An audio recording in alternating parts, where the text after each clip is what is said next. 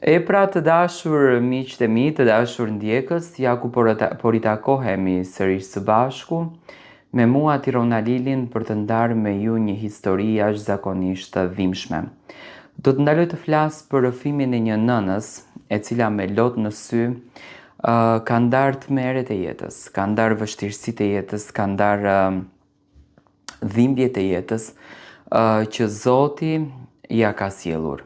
Një nën e një djali, një nën që ka lindur me gjithë shpirt si të gjithë nënat e tjera. Pas divorcit e ka të ndaluar të takoj të birin të saj dhe me lot në sy po ndan këtë letër. Unë jam nën dhe kjo fjalë sot më dhëmb më shumë se kur. Dikur jeta ime kishte një zë që më thëriste mami. Një zë I vogël, I ëmbël, që më zgjonte çdo mëngjes me një buzëqeshje. Sot ai zë është bërë një kujtim dhe unë jetoj me heshtjen më të rëndë që mund të mban një nën në zemër. Djali im sot është vetëm 4 vjeç. 4 vite jetë, 4 vite pa fajsi. Edhe megjithatë, ai po paguan një luftë që në të vërtetë nuk e kupton fare. Kur u martova, besoja se po ndërtoja një familje. Besova se në thelb dashuria do të mjaftonte. Por me kalimin e kohës, buri që unë kisha zgjedhur realisht u shndrua krejtësisht në një njeri tjetër. Fjalët u kthyen në ofendime, heshtja në dhunën psikologjike, dhe shtëpia jon nuk ishte më streh, por ishte frikë. Qëndrova për fëmijën si çdo nën. Durova, heshta, u luta, por erdhi një ditë kur kuptova se po e risja djalin tim mes britmave edhe lotëve. Atë ditë mora vendimin më të vështirë të jetës time, më të rëndin. Unë ndava. Mendova se ndarja do të sillte paqen.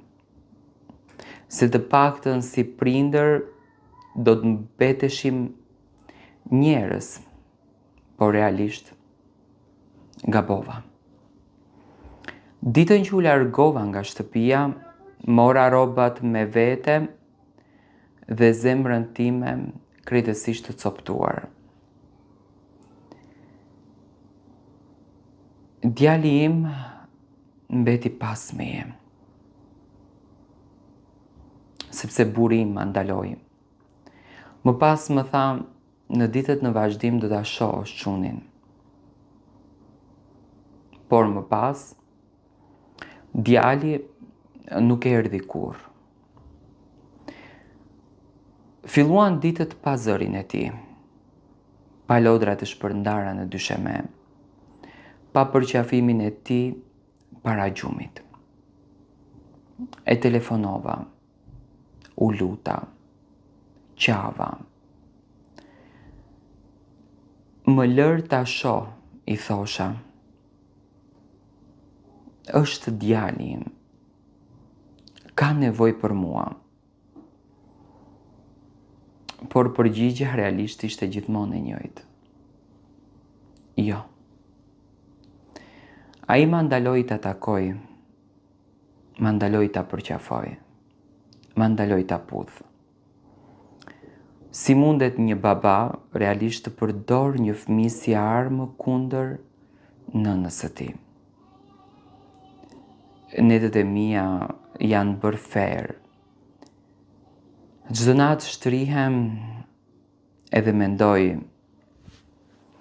apo më kërkon, apo qan, apo e vere mungesën time. Ai është vetëm 4 vjeç. Dhe ndoshta po i thonë se unë nuk dua ta shoh, se unë e lash, se unë e braktisa. Kjo më vret më shumë se çdo gjë. Kam ditë që shkoj pranë kopshtit, ku e dëgjoja dikur, ri larg, e fshehur, vetëm me shpresën se do ta shoh për një sekond. Një nën e detyruar të shoh fëmijën e saj nga larg si një e huaj. Kur shoh fëmijët e tjerë të moshës së tij, zemra më qahet, çdo djalë i vogël më duket si ai, çdo buzëqeshje më kujton djalin tim. Kam shkuar në institucione, kam trokitur në dyert që nuk u hapën, kam dëgjuar fjalë boshe, prisni, procedura, ligji. Por zemra ime nuk njeh procedurë. Dhimbja ime nuk pret radh. Unë jam një nën, nuk kërkoj hakmarrje, nuk kërkoj luftë. Kërkoj vetëm të drejtën ta shoh fëmijën tim, ta mbaj në krah, t'i them se mami është këtu, se nuk e kam braktisur kurrë. Ka net kur flas me jastëkun e tij bosh, i flas sikur ai të ishte aty, i tregoj se sa shumë e dua, i premtoj se do të luftoj deri në frymën e fundit.